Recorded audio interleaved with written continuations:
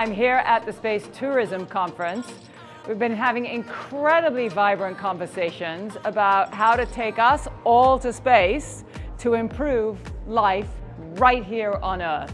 It's exciting to put money into these great ideas. We're living in the most interesting time where the convergence of what we've wanted to do for so long and now what we're technically able to do is coming together. I think it's been cool to hear about life science and space, and I'm just totally fascinated that we're future thinking not only how to get people there, but it's like how to make people's lives comfortable and get people used to that notion that this is the future and eventually it's going to be in existence.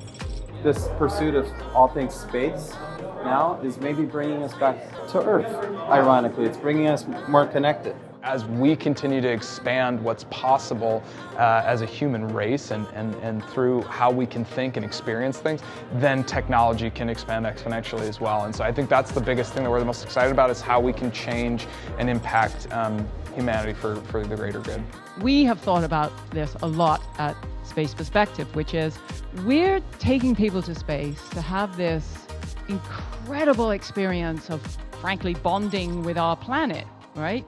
And coming back and getting more involved in social and environmental causes. Off the Earth, for the Earth. That's what space is also about. It's also tourism is about that as well.